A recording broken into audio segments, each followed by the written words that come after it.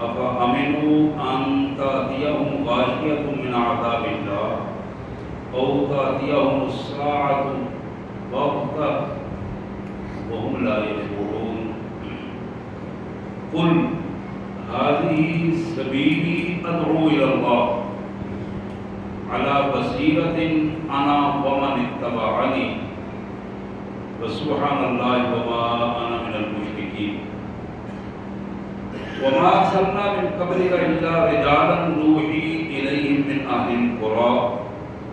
افلم يسيروا في الارض فينظروا كيف كان عاقبة الذين من قبلهم ولدار الآخرة خير للذين اتقوا افلا تعقلون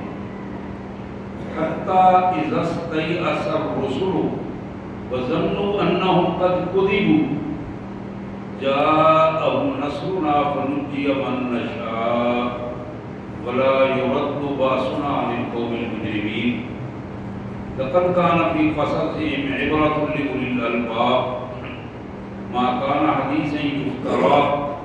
ولكن تصديق الذي بين يديه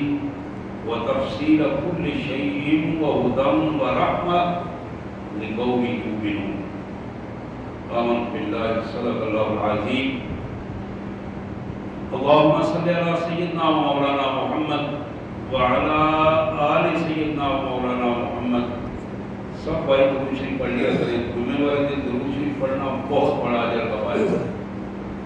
اللهم صل على سيدنا ومولانا محمد وعلى آل سيدنا ومولانا محمد وبارك وسلم اللهم صل على جميع الأنبياء والمرسلين وعلى الملائكة المقربين وعلى سائر الصحابة والتابعين وعلى عباد الله الصالحين اللہ کے پاک کلام قرآن مجید میں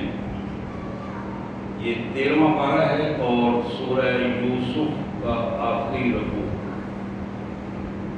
13واں پارہ سورہ یوسف کا آخری رکوع ہے جو پورا رکوع میں نے تلاوت کیا ہے سب سے پہلے ان مبارک آیات کا ترجمہ اور مفہوم اور پھر اس کے پس منظر میں مختصر سا اپنا اور آرات کا جائزہ اللہ کے مبارک نام سے جو بڑا مہربان بہت زیادہ رحم کرنے والا ہے وَكَأَيٍّ مِّنْ آيَةٍ فِي السَّمَاوَاتِ وَالْأَرْضِ يَمُرُّونَ عَلَيْهَا زمین و آسمان پر مشتمل کائنات میں کتنی ہی ایسی نشانیاں ہیں جن پر یہ لوگ روزانہ سفر کرتے ہیں گزرتے ہیں اور اپنی آنکھوں سے دیکھتے ہیں ان کو وَهُمْ عَنْهَا مُعْرِضُونَ منہ موڑ کر وہاں سے گزر جاتے ہیں بے حسی کے ساتھ گزر جاتے ہیں خلاؤں میں سفر کرتے ہیں پانیوں میں سفر کرتے ہیں زمین پر سفر کرتے ہیں اللہ کی نشانیوں کو دیکھتے ہیں اللہ کی عظمتوں کو دیکھتے ہیں وَهُمْ مُعْرِضُونَ بے حسی کے ساتھ گزر جاتے ہیں بغیر جانے بوجھے منہ موڑے ہوئے رخ تبدیل کیے ہوئے گزر جاتے ہیں وَمَا يُؤْمِنُ أَكْثَرُهُم بِاللَّهِ إِلَّا وَهُمْ مُشْرِكُونَ ان میں سے اکثر لوگ ایسے ہیں جو ایمان کا دعویٰ کرتے ہیں وَمَا يُؤْمِنُ أَكْثَرُهُم بِاللَّهِ ایمان کا دعویٰ کرتے ہیں مسلمانی کا دعویٰ کرتے ہیں إِلَّا وَهُمْ مُشْرِكُونَ حالانکہ وہ مشرک ہیں کلمہ پڑھنے کے باوجود مشرک ہیں نمازیں پڑھنے کے باوجود مشرک ہیں اپنے آپ کو ایمان کہنے کے باوجود مشرک ہیں وَمَا يُؤْمِنُ أَكْثَرُهُم بِاللَّهِ ان میں اکثر جو اللہ پر ایمان کا دعویٰ لانے کا دعویٰ کرتے ہیں إِلَّا وَهُمْ مُشْرِكُونَ ان میں سے اکثر مشرک ہیں أَفَأَمِنُوا أَن تَأْتِيَهُمْ غَاشِيَةٌ مِّنْ عَذَابِ اللَّهِ کیا ان لوگوں نے اچانک اللہ کا عذاب ٹوٹ پڑنے کا کوئی حفاظت کا کوئی انتظام کیا ہوا ہے؟ افامنوا، انہوں نے کوئی بچنے کا ذریعہ بنایا ہوا ہے، ان تاتیہم غاشیۃ من عذاب اللہ، کہ اللہ کا عذاب اچانک ان پر ٹوٹ پڑے تو اس سے یہ کیسے بچیں گے؟ او تاتیہم الساعۃ بغتہ، یا اچانک قیامت آ جائے اور ان پر اچانک آ کے قیامت مسلط ہو جائے، وہ ہم لا یشعرون، انہیں اس کا ادراک بھی نہ ہو، سوچ بھی نہ ہو، اللہ کا عذاب آ جائے یا قیامت اچانک آئے، کیا کریں گے؟ اس کا کیا حال ہے ان کے پاس؟ کل، میرے رسول ان کو یہ پیغام پہنچاؤ، سب لوگوں کو بتا دو، ہذہ سبیلی ادعو الی اللہ، لوگوں سن لو، یہ میرا راستہ ہے۔ محمد رسول اللہ صلی اللہ علیہ وسلم فرما رہے ہیں، اللہ انہیں بتا رہا ہے کہ ان کو بتاؤ، ہذہ سبیلی، جس کی میں بات کر رہا ہوں نا، تمہیں بتا رہا ہوں، یہ میرا راستہ ہے، یہ میری دعوت ہے، ادعو الی اللہ، اور وہ راستہ کیا ہے؟ میں تم سب کو ایک اللہ وحدہ لا شریک کی طرف بلاتا ہوں، اس اللہ کی حقیقت کی طرف بلا رہا ہوں، جس اللہ کے حضور تمہیں سجدہ کرنا ہے، جس کی اطاعت کرنی ہے، بات ماننی ہے، ادعو الی اللہ، اس اللہ کی طرف بلانا، یہی میرا کام ہے، یہی میرا راستہ ہے۔ اور یہ کام علی بصیرۃ، میں پوری بصیرت کے ساتھ کر رہا ہوں، یہ نہیں ہے کہ اڑتے اڑتے یہ کام ویسے ذہن میں ہے، بات کرتی نہیں، ادعو الی اللہ علی بصیرۃ، پوری بصیرت اور شعور کے ساتھ میں نے یہ ذمہ داری قبول کی ہے، اللہ نے جو مجھے ذمہ داری دی ہے، اور میری ذمہ داری یہ ہے کہ میں اللہ کی طرف تمہیں بلاؤں اور اللہ کی حاکمیت اور اللہ کی وحدانیت کی طرف دیکھ رہا ہوں، آنا، میں بھی یہ کام کر رہا ہوں، وَمَنِ اتَّبَعَنِي، قیامت تک آنے والے لوگ جو میری اتباع میں ہوئے وہ یہی کام کریں گے۔ ذرا غور کیجیے ان الفاظ پر، ادعو الی اللہ علی بصیرہ، میں تمہیں اللہ کی طرف بلا رہا ہوں، یہی میرا راستہ ہے، میں بھی اور میرے پیچھے میری امت کا ہر فرد جو اتباع کرنے والا ہے، اس کی ذمہ داری یہ بنتی ہے کہ وہ اللہ کی طرف بلائے، اور یہ کام سارا پورے شعور اور بصیرت کے ساتھ ہو رہا ہے۔ وَسُبْحَانَ اللَّهِ وَمَا أَنَا مِنَ الْمُشْرِكِينَ، اللہ پاک ہے اور میں مشرکوں میں سے نہیں ہوں، اللہ پاک ہے اور میں اللہ کے حضور کسی بھی سطح پر شرک کرنے والا نہیں ہوں۔ ذرا یہ پہلا چیپٹر تھا، پہلا پیراگراف تھا اس رکوع کا، جو پورے زوردار طریقے سے قرآن مجید نے ہمارے سامنے رکھا۔ اب اس کا دوسرا حصہ ہے، وَمَا أَرْسَلْنَا مِن قَبْلِكَ إِلَّا رِجَالًا نُوحِي إِلَيْهِم مِّنْ أَهْلِ الْقُرَىٰ، اللہ فرماتے ہیں کہ ہم نے زمین پر بسنے والے جتنے لوگ ہیں ان میں جتنے بھی یہ رسول آپ نے بھجوائے ان کی طرف وحی کی، اپنے احکامات ان کے دین لوگوں تک پہنچائے، وہ سارے کے سارے مرد تھے، ان میں عورت کوئی نہیں تھی، رجالا نوحی الیہم، مرد تھے، ہم نے مرد رسولوں کو بھیجا، ان کی طرف وحی کی، اور کائنات کے سارے لوگوں کے طرف مخاطبین میں مرد عورت سارے تھے، لیکن جو اللہ کی طرف سے بھجوائے جانے والے لوگ ہیں وہ صرف رسول اور نبی صرف مرد تھے۔ فَلَمْ يَسِيرُوا فِي الْأَرْضِ فَيَنْظُرُوا كَيْفَ كَانَ عَاقِبَةُ الَّذِينَ مِن قَبْلِهِمْ، کیا ان لوگوں نے زمین میں یہ چلتے پھرتے نہیں ہیں،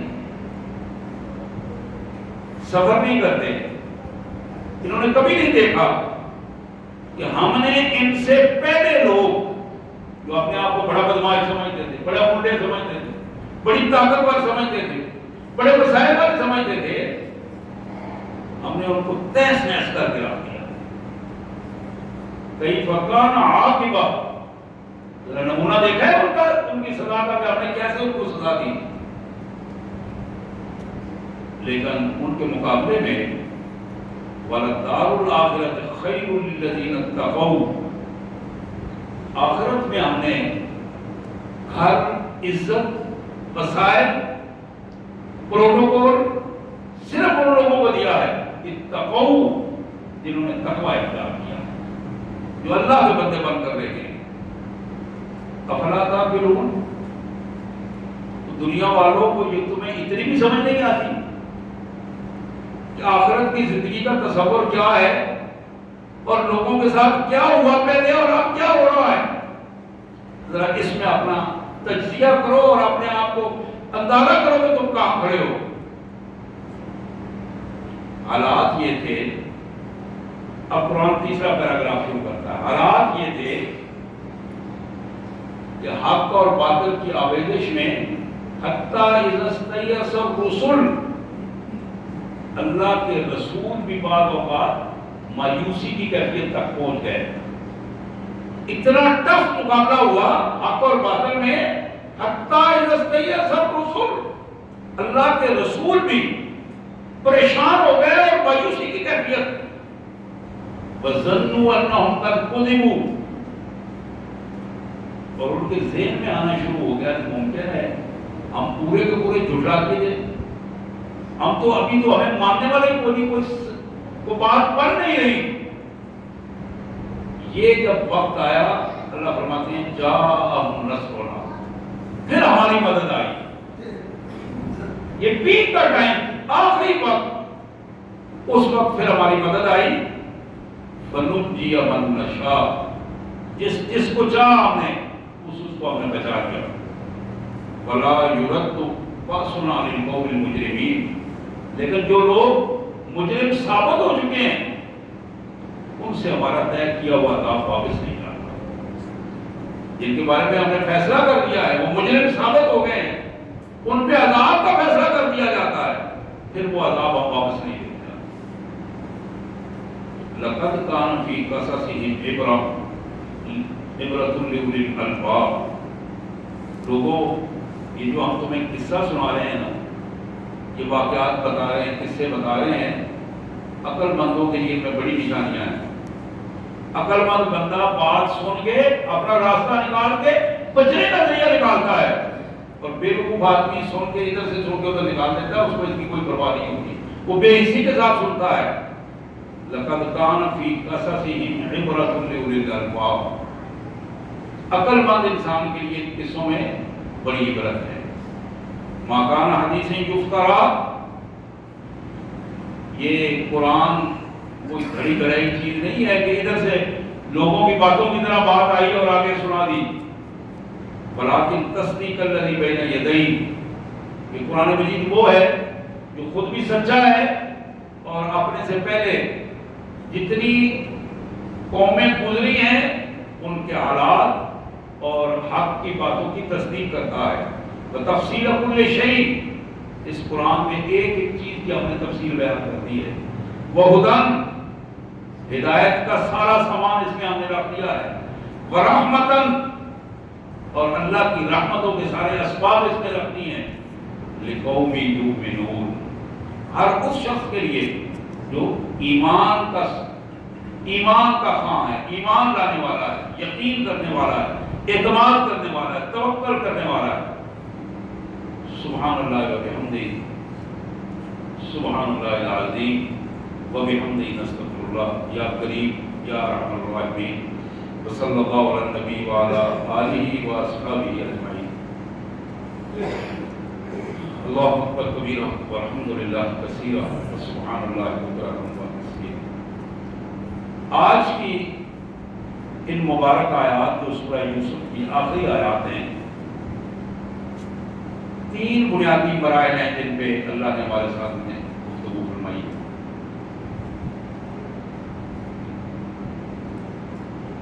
پہلا مرحلہ سورہ یوسف کی پورا وہ واقعہ ہے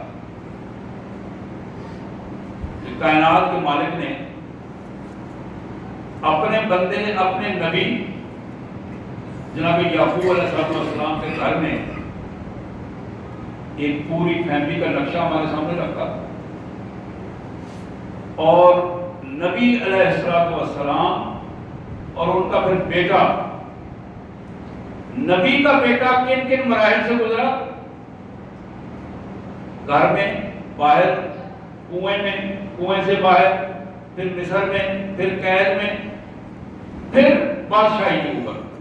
یہ سارے مراحل گزار کے اللہ تبارک و تعالیٰ اپنے نبی کی حیثیت بھی بتانا چاہتے ہیں، اس کی عظمت بھی بتانا چاہتے ہیں، اور اس واقعے سے ہمیں سبق بھی دینا چاہتے ہیں۔ مولانا روم نے غالباً لکھا ہے کہ کسی نے یعقوب علیہ السلام سے پوچھا کہ حضرت یہ کیسے ہوا کہ بیٹا ابھی مصر میں بیٹھا ہے، آپ یہاں ہیں، وہاں سے بندہ چلا ہے اور آپ یہاں کہہ رہے ہیں مجھے بیٹے کی خوشبو آ رہی ہے؟ حالانکہ چند فرام پر جب بیٹا آپ کا کنویں میں تھا اس وقت آپ کو کوئی ہوش نہیں تھی، پتہ ہی نہیں تھا، ڈھونڈتے پھر رہے تھے، رو رہے تھے، یہاں آپ کو پتہ نہیں چلا، وہاں سے آپ نے کہہ دیا کہ خوشبو آ رہی ہے۔ یہ دونوں باتیں قرآن میں موجود ہیں، سورہ یوسف میں۔ مولانا روم لکھتے ہیں کہ اللہ کے پیغمبر نے جو جواب دیا وہ کمال کا جواب تھا۔ اللہ کے پاک پیغمبر نے فرمایا کہ ہماری حالت یہ ہے کہ جب میرا مالک ہمیں علم دیتا ہے تو پھر ہماری آنکھیں، دماغ پوری طرح روشن ہو جاتا ہے، ہر چیز ہمیں نظر آتی ہے۔ جب مالک علم نہیں دیتا تو ہمیں نہیں پتا ہوتا کہ کیا ہو رہا ہے، کہاں کہ کیا کچھ ہے۔ اس کی مثال انہوں نے دی کہ کبھی کبھی یہ ہوتا ہے کہ ہم زمین پہ بیٹھے ہوئے عرش عظیم کی خبریں دے رہے ہوتے ہیں، اللہ کے نبی زمین پہ بیٹھے ہیں، وہی آتی ہے، آسمان کی خبریں دے رہے ہیں، عرش عظیم کی کسی کو نہیں پتا، لیکن اللہ کے نبی خبریں دے رہے ہیں۔ فرمایا کبھی کبھی پھر ایسے بھی ہوتا ہے ہمیں یہ بھی نہیں پتا ہوتا کہ ہمارے پاؤں کے نیچے جو کیڑی چل رہی ہے وہ بھی ہے کہ نہیں ہے، کبھی کبھی اس انداز کا رنگ بھی ہوتا ہے۔ تو یہاں قرآن نے ان پہلے پیراگراف میں، پہلی آیات میں ہمیں جو بتائی، لوگوں مومن وہ ہے جو مواحد ہوتا ہے، عقیدے کے اعتبار سے کوئی کمزوری مومن میں نہیں ہونی چاہیے۔ جس مومن کا عقیدہ کمزور ہے وہ مومن ہی نہیں ہے۔ یہ بات بڑی واضح سی، بڑی سادہ سی بات ہے۔ جس بندے کا عقیدہ کمزور ہے وہ مومن نہیں ہے۔ مومن ہونے کے لیے، ایمان ہونے کے لیے عقیدے کا طاقتور ہونا بڑا ضروری ہے، اور اس عقیدے کا اظہار ضروری ہے۔ ایمان کیا ہے؟ اس کا اظہار ضروری ہے۔ عقیدہ کیا ہے؟ اس کا اظہار۔ وہ بولے عقیدہ کہ میں یہ عقیدہ ہوں۔ اقرار باللسان وتصدیق بالقلب وعمل بالجوارح۔ پہلا کام یہ ہے کہ بندے کی زبان سے اس کا اظہار ہو کہ اللہ وحدہ لا شریک کی حقیقت کو میں مانتا ہوں، اللہ کے مقابلے میں کسی کی حقیقت کو ماننے کے لیے تیار نہیں۔ اس بات کا اظہار کرے وہ بار بار، جہاں موقع مناسب ہو اس کا اظہار کرے۔ اس کو کہتے ہیں اقرار باللسان۔ یہ نہیں ہے کہ اس کے سامنے شیطان کی عبادت کی بات ہو رہی ہو، اس کے سامنے مشرکانہ رویوں کی بات ہو رہی ہو، اس کے سامنے لوگ زندہ یا مردوں کے سامنے سجدہ ریز ہو رہے ہوں، اس کے سامنے نفس پرست موجود ہوں، اس کے سامنے لوگوں کی بندگی کی جا رہی ہو، اور وہ گونگے شیطانوں کی طرح منہ میں کنکریاں ڈال کے بیٹھا ہو۔ اس کو اللہ نے قبول نہیں کیا۔ ایمان کا یہ فطری تقاضا ہے، اقرار باللسان۔ جس چیز کو وہ درست سمجھتا ہے حکمت عملی کے ساتھ اچھے انداز میں اپنی بات کی وضاحت ضرور کرے، لوگوں کے سامنے کھل کے بات کرے، لیکن بدتمیزی کے ساتھ نہیں، لڑائی جھگڑے کے ساتھ نہیں، اچھے اندر ادعو الی سبیل ربک بالحکمہ، عقل مندی کے ساتھ، دانائی کے ساتھ، حکمت کے ساتھ، لیکن خاموش رہنا، مشرکانہ رویوں کو دیکھ کر خاموش رہنا، مشرکانہ رویوں کو سامنے دیکھ کر چپ کر جانا، برداشت کر جانا، یہ وہ پہلو ہے جو ایمان کی کمزوری کی علامات پیدا کر دیتا ہے۔ یہ سب سے پہلا آج کے آیات کا سبق جو کیا گیا، یعنی آپ الفاظ دیکھیں، کلمہ پڑھتے ہیں، وما یؤمن باللہ، کلمہ پڑھتے ہیں، ایمان کا دعویٰ کرتے ہیں، نمازیں پڑھتے ہیں، حج ہے، زکوٰۃ ہے، مسلم معاشرے میں مسلم تعارف ہے، الا وہم مشرکون، مشرکوں کے ساتھ خوش ہیں، تعلقات بھی ہیں، رشتہ داریاں بھی ہیں، خوشی غمی ایک ہے، اور ان کی سنتے سناتے ہیں، اور ان کی محفل میں بیٹھتے بھی ہیں، اور وہ سارا سلسلہ ان کے ساتھ اسی انداز میں ہو رہا ہے۔ رسول کائنات جناب خاتم النبیین صلی اللہ علیہ وسلم نے فرمایا، ایک دن محفل میں بیٹھے تھے تو ساتھیوں سے بتانے لگے کہ تمہیں پتہ ہے کہ بنی اسرائیل میں خرابی کس طرح پیدا ہوئی؟ تو لوگوں نے کہا اللہ اور اللہ کا رسول۔ آپ نے فرمایا کہ ہوا یہ کہ بنی اسرائیل کے جو علماء تھے نا، جو دین سکھانے والے تھے، ہوا یہ کہ انہوں نے لوگوں کو اللہ کی نافرمانیوں سے روکنا شروع کیا، نیکیوں کی طرف بلانا شروع کیا۔ آہستہ آہستہ لوگ ان کی باتوں کو کبھی سن لیتے کبھی نہ سنتے، اور آہستہ آہستہ لوگوں کا رویہ ان سے دور ہوتا چلا گیا۔ لوگوں نے ان کی جب بات نہ سنی تو انہوں نے نیکی کی بات کرنا چھوڑ دی۔ جب نیکی کی بات کرنا چھوڑ دی، اگلا نتیجہ یہ کہ جو ان کے پاس بیٹھتے تو تھے، کھاتے پیتے تو تھے، ان کے ساتھ بیٹھتے تھے، ان کی محفلوں میں دعوتوں میں جاتے تھے، کھاتے پیتے تھے، لیکن ان کو دین کے حوالے سے انہوں نے بات کرنا چھوڑ دی۔ جب دین کے حوالے سے بات کرنا چھوڑ دی، ایمان کا اظہار کرنا چھوڑ دیا، اللہ کی حاکمیت اور توحید کی بات کرنا چھوڑ دی، حضور نے فرمایا پھر اللہ نے ان کے دل اکٹھے کر دیے، ان بے ایمانوں کے اور ان مبلغین کے دل اکٹھے کر دیے، جوڑ دیے۔ اب یہ دونوں ہی اسی کھاتے میں چلے گئے جو اللہ کے دین سے دوری کا کھاتا تھا، یہ دونوں اس طرف چلے گئے۔ اور یہاں یہی بات اللہ نے فرمائی ہے کہ ایمان والوں کی ذمہ داری یہ بنتی ہے کہ جس کلمے کا انہوں نے اظہار کیا ہے، اقرار کیا ہے، اس کلمے کے تقاضوں کو لوگوں کے سامنے پیش کریں۔ جس اللہ وحدہ لا شریک کی وحدانیت کو وہ تسلیم کرتے ہیں، اس کی وحدانیت کو لوگوں کے سامنے رکھیں، اور جہاں شرک کا کوئی پہلو ہو رہا ہو، وہاں حکمت عملی کے ساتھ، دانائی کے ساتھ، دلیل کے ساتھ اس رویے کو ختم کرنے کی کوشش کریں، اور اگر بالفرض ختم نہ ہو سکے تو پھر اللہ کے رسول صلی اللہ علیہ وسلم نے فرمایا کہ اپنے آپ کو اس سے الگ کر لیں۔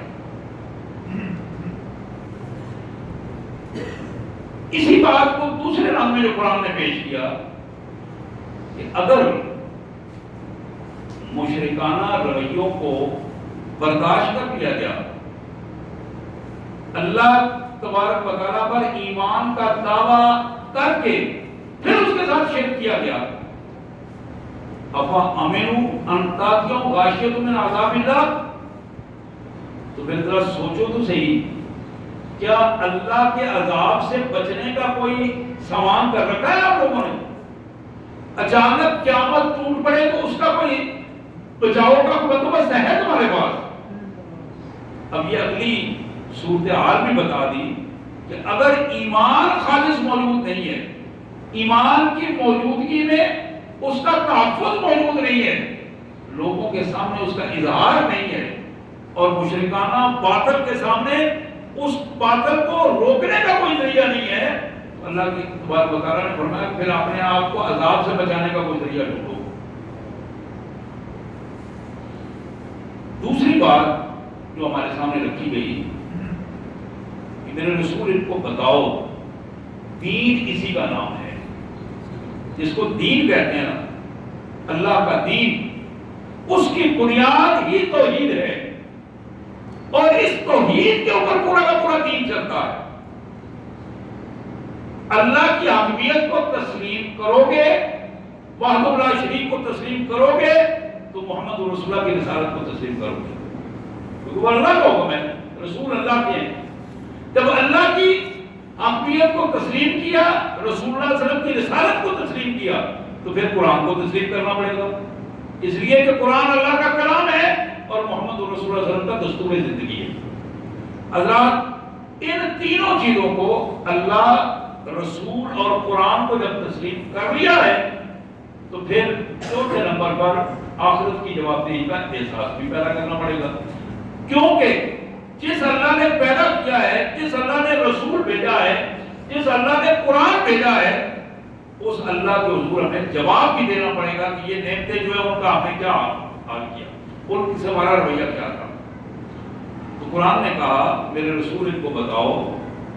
ھذہ سبیلی ادعو الی اللہ علی بصیرۃ انا ومن اتبعنی، لوگوں میرا یہی کام ہے، یہی راستہ ہے۔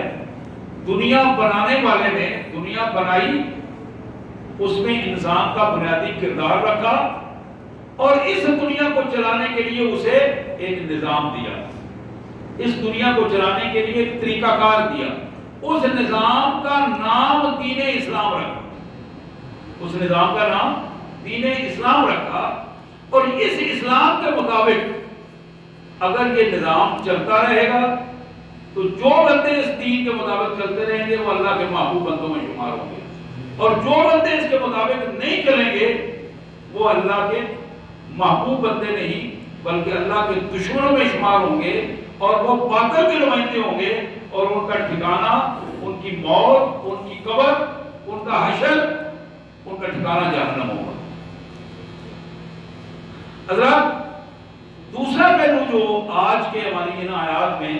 اللہ تبارک و تعالیٰ نے ہمارے سامنے رکھا کہ لوگوں،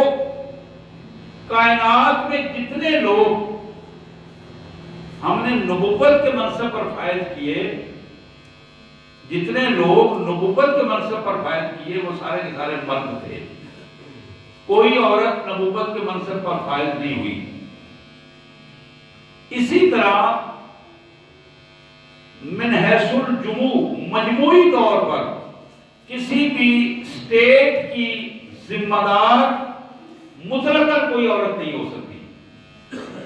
کسی بھی مرد کے گھر میں ہوتے ہوئے کوئی عورت کسی گھر کی ذمہ دار نہیں ہو سکتی۔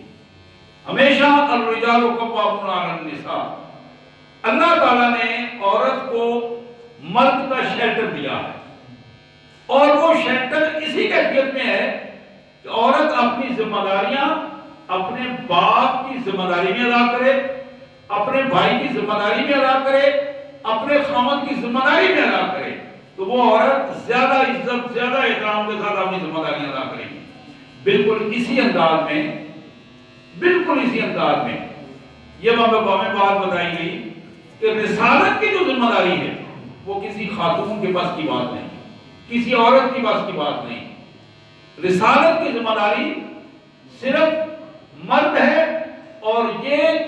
انتخاب اللہ وحدہ لا شریک کا ہے کہ ان مردوں میں سے بھی کس کو اللہ تبارک و تعالیٰ نے رسالت کی ذمہ داری عطا کی ہے۔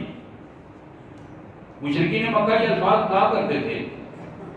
یہ محمد بن عبداللہ صلی اللہ علیہ وسلم جن کے پاس کوئی شہر موجود نہیں ہے، کوئی لمبی چوڑی کو براستی زمین نہیں ہے، کوئی لمبے چوڑے باغات موجود نہیں ہے، کوئی ان کے لیے ہٹو بچوں کے نعرے لگانے والا نہیں ہے، کیا اللہ کو یہی بندہ نظر آیا تھا کہ بڑے بڑے سردار میں اللہ کو نظر نہیں آیا نعوذ باللہ ان کو نبی بنا کے بھیج دیتا؟ اس کا جواب قرآن نے جو دیا ہے، اللہ اعلم حیث یجعل رسالتہ، یہ اللہ کو پتا ہے کہ مالک نے اپنا پیغام کس کے ذریعے اپنے بندوں تک پہنچانا ہے. یہ فیصلہ اللہ نے کرنا ہے. اللہ لوگوں کو دیکھ کر فیصلہ نہیں کرتے کہ لوگوں کی کیا رائے ہے, جمہوریت کی کیا رائے ہے, ووٹ کس کو زیادہ پڑتے ہیں, رائے کس کی ہے. یہ نبوت ووٹوں کی یا رائے کے حساب سے نہیں بنا کرتی. تو نبوت کی پوزیشن یہ ہے, کائنات کا مالک اپنے نبی یا رسول کو اپنے حکم کے تحت معمور کرتا ہے. نبی معمور من اللہ ہے, اللہ کی طرف سے مقرر کیا ہوتا ہے, اس کو نبی کہتے ہیں. پوری دنیا میں مل کر اگر کسی کو نبی بنانا چاہے تو وہ نبی نہیں بنا سکتی,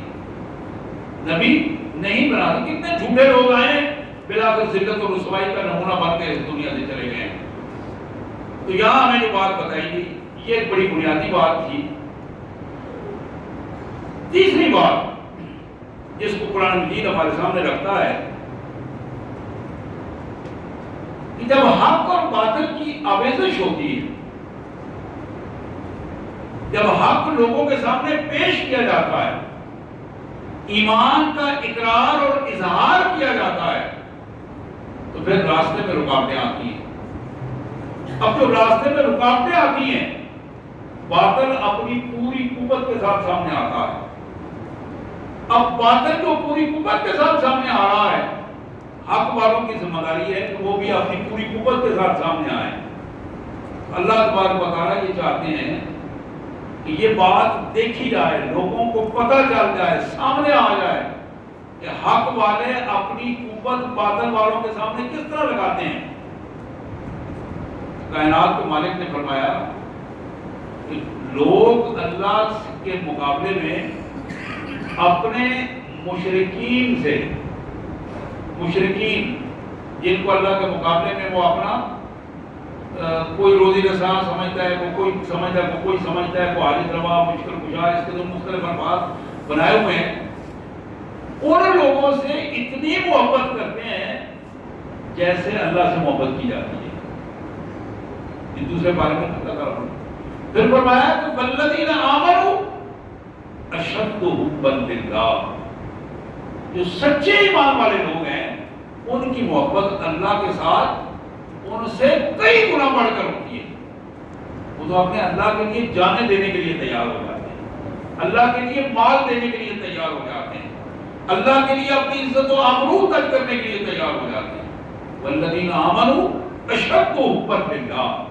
تو یہاں اس کیفیت کو بھی قرآن مجید نے ہمارے سامنے رکھا کہ ان حوالوں سے کہ بندہ جب اللہ کے لیے میدان عمل میں نکل کھڑا ہوتا ہے